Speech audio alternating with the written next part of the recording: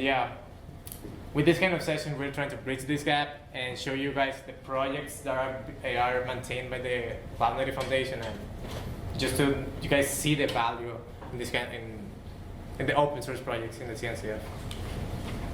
So the agenda, sadly, I cannot teach you guys Kubernetes in half an hour, but I will do my best for you guys to get a grasp on the most important concepts, and assuming you guys at least know the basics of containers. And we will be discussing a really special project that is called Kata that you will guys see in the next slides. So about me, my name is Christopher Tineo. I also go by Chris. I work as a deployments engineer in defense in a company called IDT. And as I said, I'm a community organizer in the chapter of the CNCF, in Santo Domingo, in the Dominican Republic. That's where I'm from. And sorry if okay, sorry. And sorry if my English sounds funny. Spanish is my first language, so that's why. And I also enjoy giving talks. I give talks on a monthly basis in this chapter, so feel free to reach out on LinkedIn. So I will assume most of you guys are developers or trying to transition to web development. So I will start with why Kubernetes should be important, or why a developer should be interested in this kind of projects. And first, do you guys know this tool, FileZilla? So there's some companies that are still deploying software this way in 2025. It's funny because there are a lot of options apart from these things that were common in 2005, maybe. But yeah, I'll try to share you which other options there are. And for example, the Stack Overflow developer survey in the past year, Docker was the top tool for developers. And after that was Kubernetes, and you could see Composer also was there, but not as in the top. So we could say that one of the most important tools for a developer in 2025 could be the container engine, not only Docker, there are more, and the container orchestrator. The most popular one, obviously, is Kubernetes right now, as of 2025. Also, the CNCF does a survey. Sadly, the most recent one is 2020. It was in 2023, but you could see that by 2023, 84% of companies were using already Kubernetes or were thinking about adopting it in production in the future. But that is not as actual. We hope that get the new survey sooner. And probably the people that are using Kubernetes right now are adopting the cloud. And the cloud providers try to convince us that you're trading fixed expense instead of buying servers. Now you are having variable expense. You're paying on a monthly basis for your compute, and also you get compute in demand, storage in demand, databases in demand. Also that your stock is maintaining and hiring people to maintain your data centers. All of those things are great, but also there are other things that the cloud providers don't say. Is that you are dealing with vendor lock-in. Sometimes you're dealing with AWS, but how about Azure give you a better price? Or maybe it fits them better for you in your compliance or your industry. You cannot move as easily. So also, sometimes we are using one of those cloud provider services, but maybe they don't adapt as well in our programming languages, in our projects, or even in our business industry. So there should be a better way, right?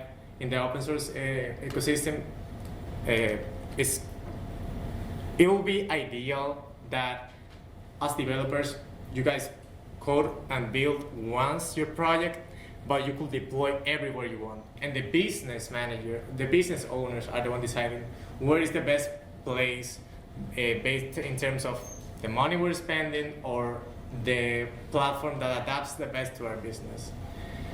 And that's one of the goals of the Cloud Native Foundation, that you adopt the cloud native practices to build software that could run in any cloud computing environment, no matter if it's public, if it's private, if it's hybrid, or everywhere at the same time. So the Cloud Native Computing Foundation is the one in charge of maintaining Kubernetes is one of the most popular ones, but there are more than 100 projects that could serve different purposes in your ecosystem. So, as I cannot teach you Kubernetes right in half an hour, I will start with something that you're most probably familiar with already, that is Docker Compose. Maybe you are building your Drupal website, right? You're building from a folder, you're exposing a port, mounting a volume if you have a developer environment, or maybe mounting also a database, a caching service, and so on. I could divide the whole manifest in 3 parts to be to simplify things for you guys. I'm using the word artifact instead of image because we could have artifacts of many things, not only code. So we have an artifact to deploy, a service to expose, that could be our Drupal website, or in a service to interact with, that are services that are not exposed to the public internet, maybe our database, for example. So keep up with these 3 concepts because now we're going to translate those to Kubernetes concepts. And the first concept I will start with is the service. We have a set of pods, that's how the workloads are called in Kubernetes, that are hosting artifacts, could be our Drupal website, and are going to be exposed within the cluster network. It could be publicly or it could be privately. They have our own static IPs, and also they have their own DNS record. So we could call it however we want. For example, frontend, dot, default, and the rest. That's a default record for Kubernetes. Also, we have the deployments, that we have a set of artifacts that we want to be running in production, but also we need to guarantee that they're up and running safely and securely. So what Kubernetes does is you tell Kubernetes to run my Drupal website, but in case if it goes down, I want the Drupal to automatically bring it up without having to manually intervene in the code. So if my website goes down for some reason, it could go up automatically because that's what I declare to Kubernetes what's the state that I want. And I could do it also for scaling, upgrading, and not having to manually copy the files as we were doing in our deployments before. And I have an example how it looks a web app that is being scaling using the tools I will be explaining later. And for this demo, I used the most simplest demo I could build on. It's an Nginx website, and I want to scale based on the amount of users that are interacting with my website. So I just deploy the Nginx image that maybe you guys are familiar with, or maybe Apache. It could be anyone, any web service. Also, for using metrics, I'm using Prometheus for this case, and I'm extracting the amount of HTTP requests that are being done to my website, and I'm making a rate. So I would like to know how many requests per second I'm having on my website to take a decision. If I'm having more than 100 users a minute, I will take a decision to scale up my website to not meet the demand of users I'm having at the moment, and don't have angry users in my company, right? And this is how it looks using Kata. We could define how we want to scale up and down. For example, later on I will explain that we could take many strategies. We could scale up aggressively, and for example, I'm doing this in the demo. I decide to go 3 pods up at a time when my demand scales, and I could scale down conservatively when I'm scaling down 2 pods at a time, but within a 1 minute period. And also, this is where I declare which is the service that is going to be taking the decisions. That in this case is the Prometheus server.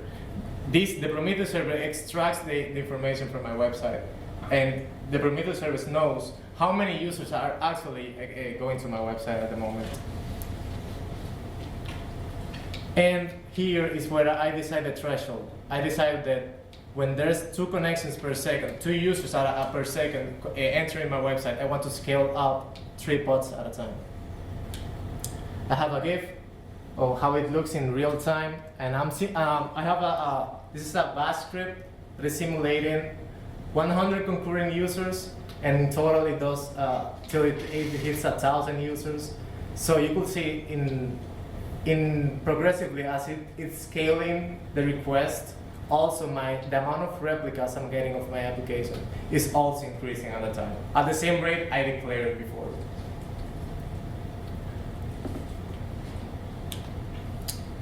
But as a conservative developer, you could say, okay, but in production I don't have anything of this, but my app is running okay, right? But so a developer could say, why even bother? And there are some risks of not adopting or not scaling at all in your business. For example, sometimes some projects are under provisioning. So when there's a business, a demand spike, they are not prepared to receive and meet the demand of the users. So they will have angry users that are complaining to your support people why the website is down or why it's not fast enough, right? And also it's bad to over provision because you are literally burning money on compute that you're not even using. So it will be ideal that if you're spending more money that you're not using to be invested in other things like training or any other aspect of the business. Also, some industries are not as predictable as others ones, like maybe, for example, I could say the stock exchange. It have a schedule, but some other industries doesn't have a schedule at all, so it's harder to predict when the users are actually using our websites. So there are already tools for that, and you could even train machine learning models to learn from your users how looks the prediction of like making a pattern of the demand you have in the compute in real time. And also sometimes there are web administrators that are manually scaling our applications, and this is very hard to do, especially when you're working at 3 a.m. and you're waking up because the website is down, right? In Kubernetes, there are a lot of options in terms of autoscaling. You could scale your cluster. In other words, you could scale the amount of servers you're having. This is good when you are trying to optimize cost. And you could even, if you're adopting AWS, for example, or any cloud, you could even buy spot instances. There are cheap instances that are available at a way lower price from on demand. And for example, you could, if there's a demand spike in holidays, you could buy these nodes automatically and add to your current AWS cluster and save costs to meet that spike. Also, and maybe this is one of the most common ones, you could scale horizontally and vertically. That's an example of the demo I showed you guys before. And also, there's the open source project that is not built in Kubernetes, that is Kata. That is meant Kubernetes event-driven autoscaler. That's what I used for the demo. And the benefit of using Kata instead of the other two, Kata could handle all of them in a single project. But what has Kata that doesn't have the other two is that Kata uses events instead of just resources. You could adjust Kata to scale based on events like the amount of users your application have at a time, or the amount of latency you're having, the response side of your backend services, and much more. So for someone that doesn't know, the vertical scaling is when you're adding compute or memory to your services. Not all the applications could scale horizontally, so this is also called scaling up. For example, a database server could scale, is a good example of something that only could scale up or down also. And where you're scaling out is when you are adding the identical replicas of the same application, but they're load balanced equally, ideally in the cloud computing scenario. Also, there are 3 subcategories of autoscaling. Is when you are reacting, is when you have a suddenly spike of traffic and you need to react on ideally on real time to it. But also some industries could allow you to schedule this demand. For example, a university website, if it's segregated in trimesters, so I know when the most amount of the students will be accessing my website, so I could prepare ahead of time and save costs in the other periods that doesn't have as much demand in traffic. And also, as I mentioned, that this is the future, literally in the cloud computing. This year is the predictive models that you could add agents to our Kubernetes cluster, and they could even tell you which nodes are the ones that scale the most, that you could have the most amount of cost savings, but I will show you some examples after. This is some recommendations on how you could decide between the 3 of them. And the benefits of event-driven autoscaling is that it's not as it could adapt better to any business, because now you are scaling not in terms of developer-centric metrics like computing or resources. Sometimes we need something that is more related to our business and what is giving value to our projects. So now we could scale based on the amount of orders, for example, in an e-commerce platform, or the pending transactions if we are in finance, or the users connected, for example, in a social network. And if latency is a concern in our projects also, but these are only 4 of them. Or we could literally, if we know Prometheus or any other tool, the Kata have more than 20 connectors, like our queues in Kafka, RabbitMQ, and the list is much broader. So, with Kata, you could scale your container in Kubernetes based on events, as I was mentioning before. And this is how it looks, a simple example where we define which service we want to scale. This is an example of a payment service. We declare how many instances we want to in the worst case scenario, and in the min and the max amount of replicas. We always need to have a max, because we cannot scale infinitely, because we don't have infinite money. So we need to know which is the proper amount of replicas in a production scenario. And here's where we declare the connectors I was mentioning before. If we're using Kafka or we're using RabbitMQ, for example, as queues, we could also connect to it and take decisions based on the messages we're having on those queues. But also, if we want to scale based on memory, CPU, response time also, we could configure it right here.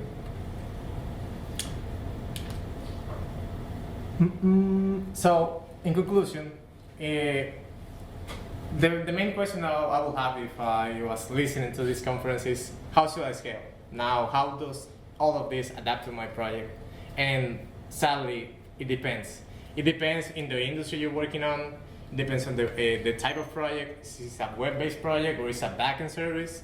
But my recommendation is that take all of those concepts in consideration, because at the end of the day, the software we're building is affecting our customers.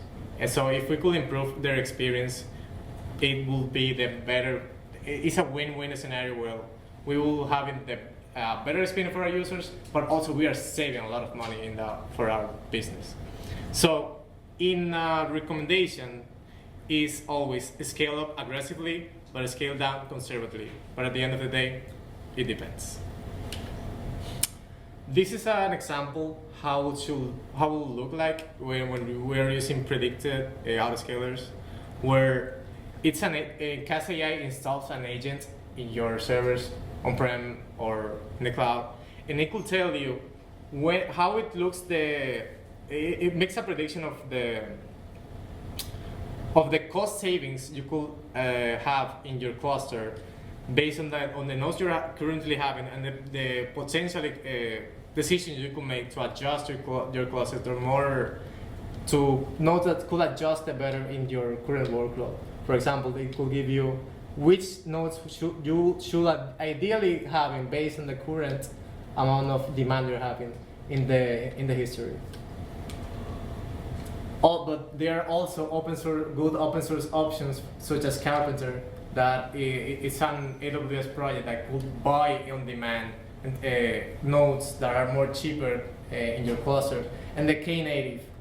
Knative is one of the open source options, and you could even have serverless computing in your Kubernetes cluster, where it's funny that we are talking about serverless when we are also managing servers, but serverless is not about not having servers.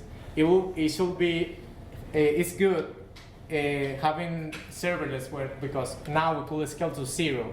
When we are scaling to 0, we are not, for example, a backend application is always up and running because it doesn't know when traffic will go on.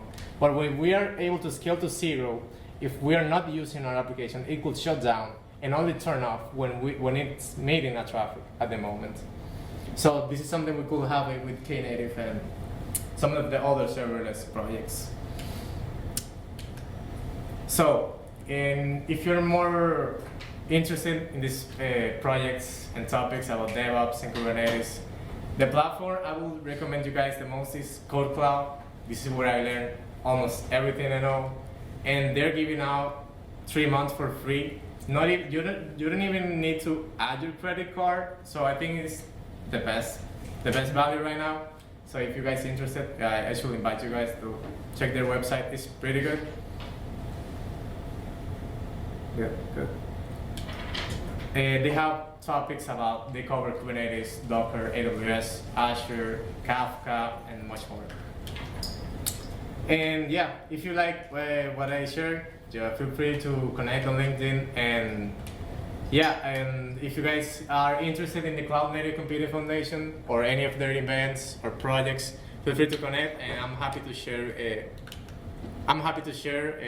What I know, or if you guys need any advice or something. I'm open to talk with you guys. So there's no questions in the Q&A. Do you have any questions? Were you gonna? Did you actually show it scaling up the application? The demo, you mean? Yeah. Oh well, I just recorded it. So I just record how the scaling looks, but okay. I didn't focus as much in the website itself. Okay. I was trying to make a complicated demo, but things got hard, so I decided to go with the simplest one. Yeah. Sadly. Yeah. So no questions? So, I mean, Kubernetes is really just the orchestration, right? The container orchestrator. Yeah. And that's the only one that's in the Cloud Native Foundation? No, definitely not. No. I'll enter the Cloud Native website for you guys. I feel like Kubernetes seems very complicated at times. Yes. Yes. People will say Docker is the most revolutionary technology, but the bad side of Docker, it was only solving the problem when developers were sharing code between peers, but it was never built to run in production. Because what happens in production? We have always updates, we have patches, security patches, things go, production servers are turned off and on, and we don't have that. We don't have to worry about any of that in our laptops. We need to have metrics, we need to have alerts, we need to scale up and down, and so that's where Docker gets limited on. So the Google team, they started with this secret project. It was called Borg, and later on they make it public and open source, and that's when it was released in 2015. The Cloud Native Computing Foundation is such a big,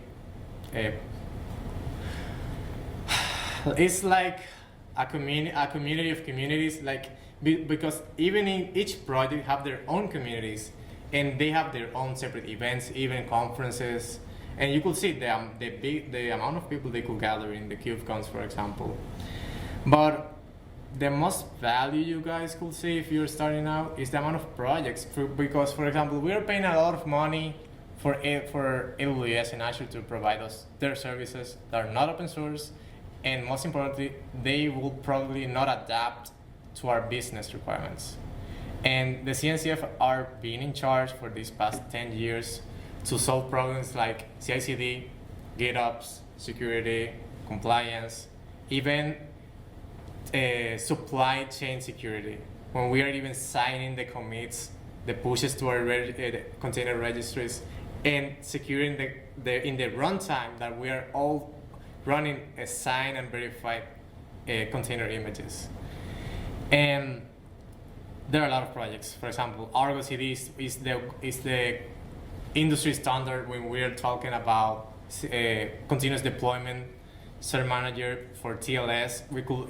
This is not only for self-science certificates. We could also use it for production certificates, networking with Cilium, and also the Prometheus project. I don't know if you guys are familiar with. Is also from in the cloud native ecosystem.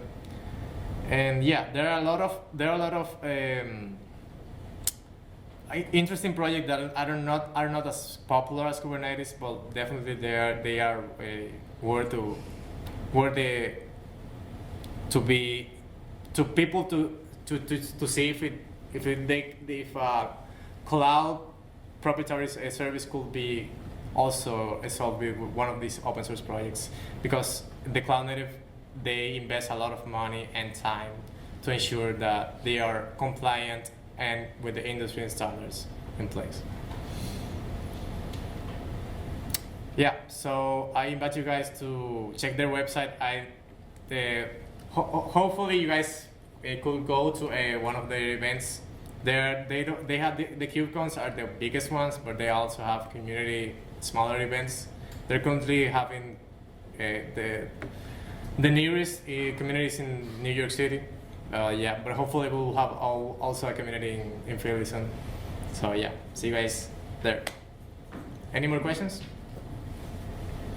Mm-hmm. Could you put up that code cloud QR code again? Oh, sure. Thanks.